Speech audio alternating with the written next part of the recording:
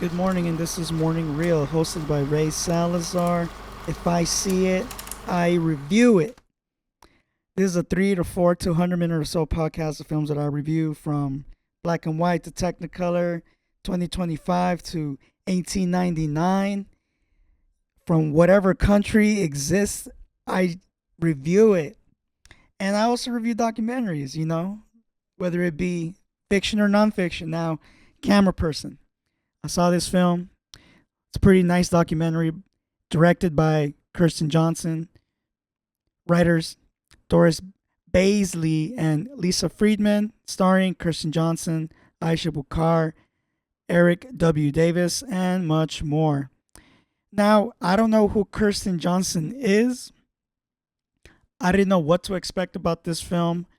I know nothing about this film, but I think I may have seen a trailer of it maybe prior to it coming out. This is a 2016 film.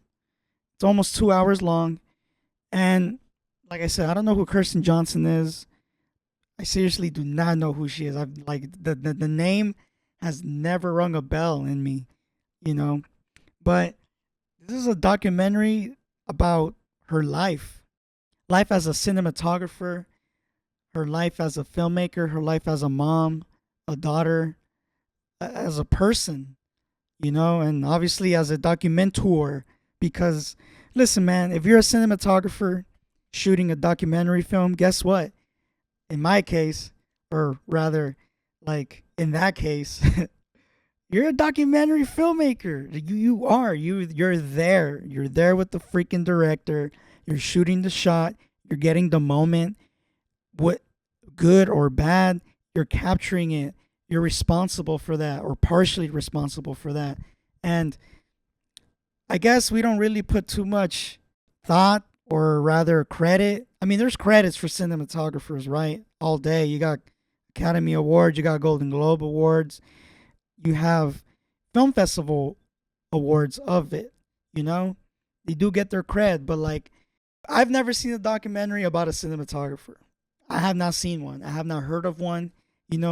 I've not seen one of Janusz Kaminski, who's a great cinematographer who shot most of Steven Spielberg's films. So if you've seen a Spielberg film, most likely that guy shot it. So anyways, Kirsten Johnson, good cinematographer, I guess. Actually, I guess she is, man. But it's funny because when you see this film, you are seeing shots of different moments in her life, in her career, right? Because a lot of the stuff that we see, either it's exclusive footage that's really near and dear and personal to her, or it's stuff that was used in the work that she's done, or both. And it's all relatable, and not only is it relatable, it goes back and forth from one another. And just so you know, this podcast is partially sponsored by Volcano. Either way, Kirsten Johnson, she gives us images of war, give images of turmoil due to war. We see family who is just going through a lot, man, because of this war. And this takes place in Bosnia. I'm not sure what time or space it's in the documentary. We see videos of her twin children. She has children. She's a mom, and we see these babies grow up.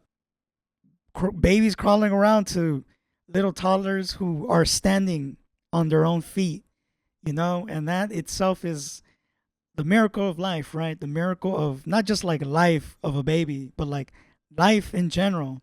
We are seeing life, seeing Kirsten Johnson's life. It's pretty good. And we see trafficking. We see people talk about abortion, about trying to make very important decisions, and we're there as raw as it can get, as far as like how this person's interviewed. One of the things that I liked about this film is you're not just seeing a shot uninterrupted or with whatever's happening, in front of us, right? But we're also looking at our director telling Kirsten Johnson, or Kirsten Johnson's telling the director, like, hey, should we move the camera here? Hey, move the camera over there. Hey, can you make sure that it's focused right? Oh, we gotta get this shot real quick. It's just a quick 3 second shot, stuff like that, man. And it's pretty crazy, like there's this one shot in particular where I think it takes place like in the Middle East or whatnot. For them, it was like their goal at their day with Kirsten Johnson involved was getting a shot of this prison, right? It's a famous prison. I think they have like just important people that are, locked up, right? And I think the whole context of it was as you're looking at the couple of shots of it, because it's just not just one shot, it's like a sequence of shots. So I just kind of wonder if not only was it important to get that shot of the prison, right? But it was a very dangerous move to do. Dangerous because that place is surrounded by all kinds of people who are connected to that, who are connected with certain cliques, gangs, or whatnot. And I mean, dude, you're in a place where you don't really know your surroundings. You don't know what kind of people there are here. You don't know what kind of a community is around here. Is it safe, semi-safe? I mean, oh yeah, there's gang activity, but they don't like mess around, with just anybody, things like that, So it's kind of crazy to kind of like put yourself in their shoes, and you're like, holy snap, like this woman's risking life here, and we don't know if she's a mom at that point of her life or not, or maybe we don't know if she's freaking pregnant at that time, right? It's kind of it it kind of, at least to me, it just opens my mind up to those questions, like what's going on over here, like how's this person living throughout these types of situations in life. To me, one of the craziest, like, it's not the craziest shots, whatnot, but like, because we are given different moments of times in her career, right? And there's text that tells us what's going on. Like they gave us the location, the year, or whatnot, and that's all there is. There's not really much else. And but sometimes they'll give us a little bit of information, right? But it's just a little bit. But either way, what they tell us and what we see in this particular case was, I guess Kirsten Johnson was at this courthouse, and they were interviewing I guess maybe the defense team or the prosecution team of this case of this African American male who got murdered by these two white racist guys. A hate crime was committed, and it's pretty brutal. And see, this film is actually one of the few films where I'll say, you know what, I had to do research about the film, and I did research after the film because I actually wanted to know, like, what happened to this guy that they mentioned that, that got murdered, and it turns out it was a hate crime type of murder. Like they literally tied this guy up by the neck, tied it behind the car, and dragged him for miles, man. And this guy, like, as from what it was told on the autopsy or whatnot, like he was still alive when he was being dragged. That freaking sucks. And my condolences to the family and whatnot. This was not like said in the documentary. What was shown was the chain, this big old thick chain, and I think it was the murder weapon itself. And it's kind of crazy to, I guess, to be in the shoes of a cinematographer or a director, literally filming the chains of that killed a person, and you don't know this person, right? But like, it's just kind of shocking to, in a weird way, it's shocking to see that, to see like filming the chains, and this documentary purposes, it's not to glorify anything, right? But you're documenting like really serious crimes and tragedies, best bestowed on people that clearly didn't deserve it. You get moments like that, and you see how important that is to a person, who's been doing serious film work for over 25 years. That's legacy type of stuff. And people like that actually getting their hands dirty, because this is nonfiction stuff, man. This is not a movie where like it takes multiple takes to get one clean shot or whatnot, and it's all make believe. Really, it's fiction, but not this stuff. This is nonfiction. You're dealing with life here, and like the jobs that she chose to endure herself in them, to immerse herself into the situations, whether it's like a fly in the wall type of situation, or she's heavily involved in this production, and it's raw.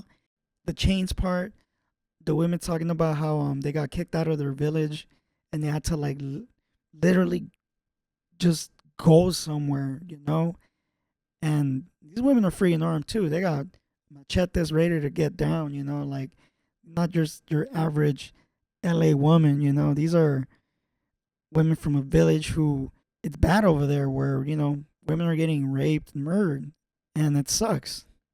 And we're seeing that. And it took a woman like that to go there to capture stuff like that. Very commendable. I would give this film a 4 out of 4 tokes. Please watch it. It's on HBO Max or Max. I don't know how long it's going to be there for. It's also on the Criterion Collection. So if you want to see it in 4K, see it in the Criterion Collection. It's worth the buy. To me, it was worth the watch. Like I said, if I see it, I review it. Kirsten Johnson, whatever you're doing, keep doing it. You're an inspiration.